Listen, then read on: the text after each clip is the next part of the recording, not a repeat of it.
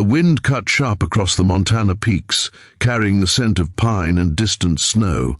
Halfway up a lonely ridge, a sturdy log cabin clung to the mountainside, its timbers darkened by decades of storms. This was the home of Elijah Boone, a man shaped by wilderness, whispered about in distant valleys.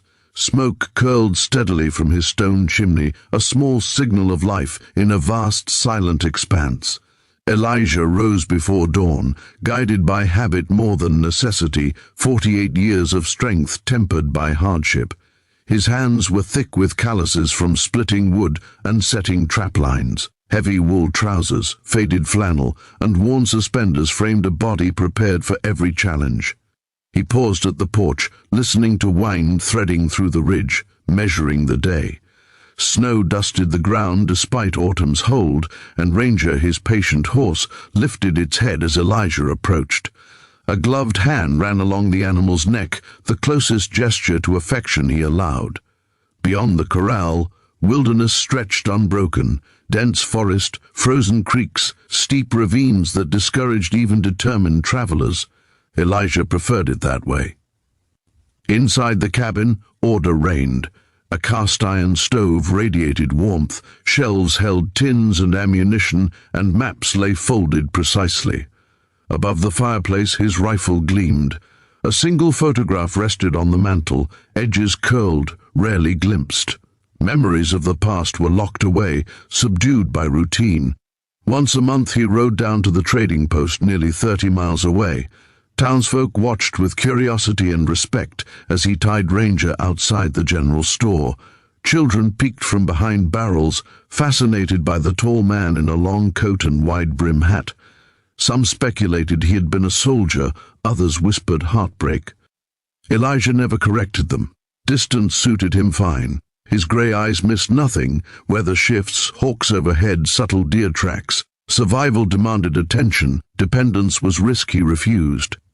Long ago, grief had hollowed him. Parents and his fiancée lost to illness in a harsh winter. He had fled to the mountains carrying a quiet conviction: attachments were fragile. Neighbors suggested he remarry. "I never had a wife," he replied evenly. Solitude became his shield, discipline more than sacrifice. Daylight spilled over peaks, painting the horizon gold. The world seemed impossibly wide, untouched except for the thin trail down the ridge.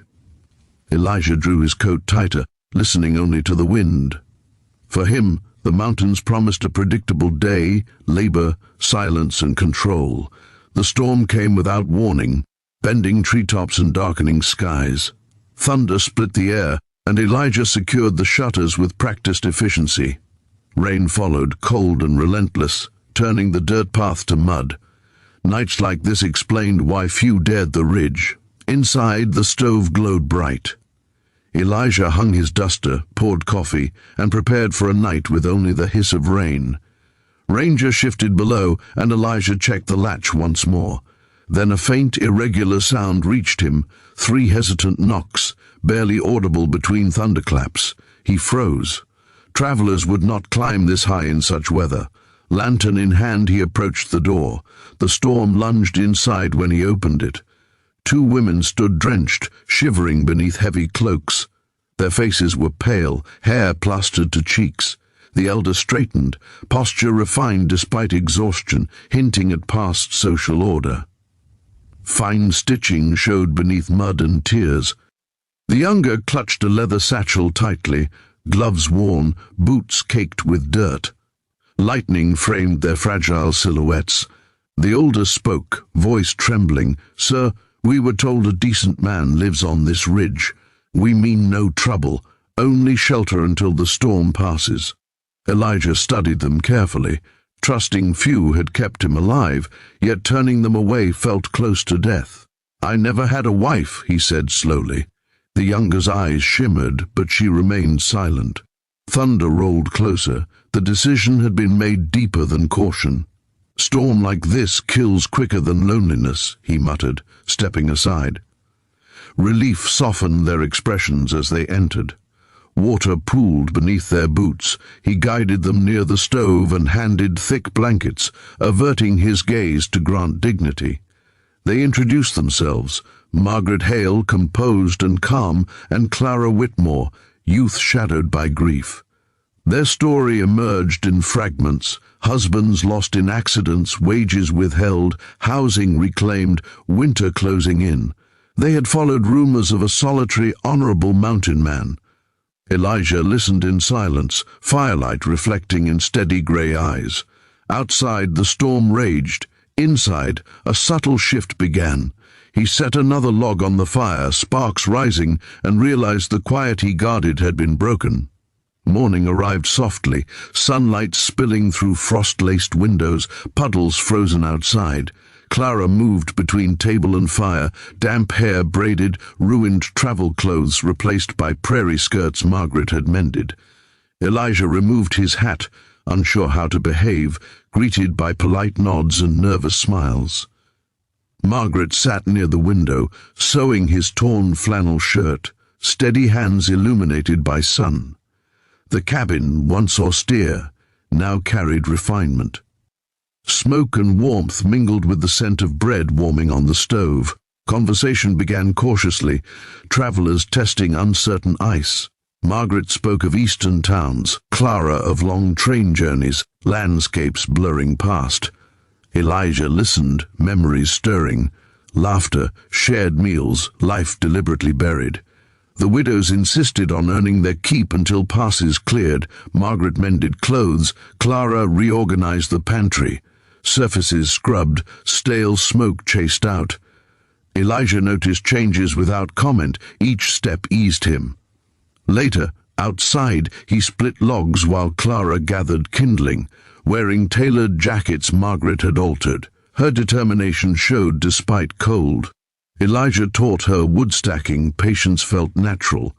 Days formed a rhythm, cabin shed austerity. He repaired the spare room, crafted a bed frame, hung lanterns. Margaret called his work fine craftsmanship, stirring quiet pride.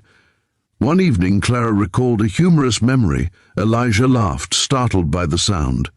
Warmth spread gently, unguarded. Silence became companionable, shared space for truth. Snow fell steadily, sealing them in. Elijah sensed unfamiliar gratitude, spoke of spring plans, garden, barn repairs, welcoming travelers. The photograph on the mantel reminded him of past loss softened by present laughter. Late evening, porch snow drifted lazily beneath stars. Conversation drifted like a tether guiding him home. Spring arrived gradually, snow melting, trails revealing themselves. Elijah noticed the ridge felt alive with birdsong, earthy scents. Clara opened windows, laughed at flapping curtains. Rooms no longer austere, polished surfaces, wildflowers, quilts. Margaret proposed a small garden. Elijah drove stakes, Clara dropped seeds. Travelers reappeared, surprised by two capable women managing chores.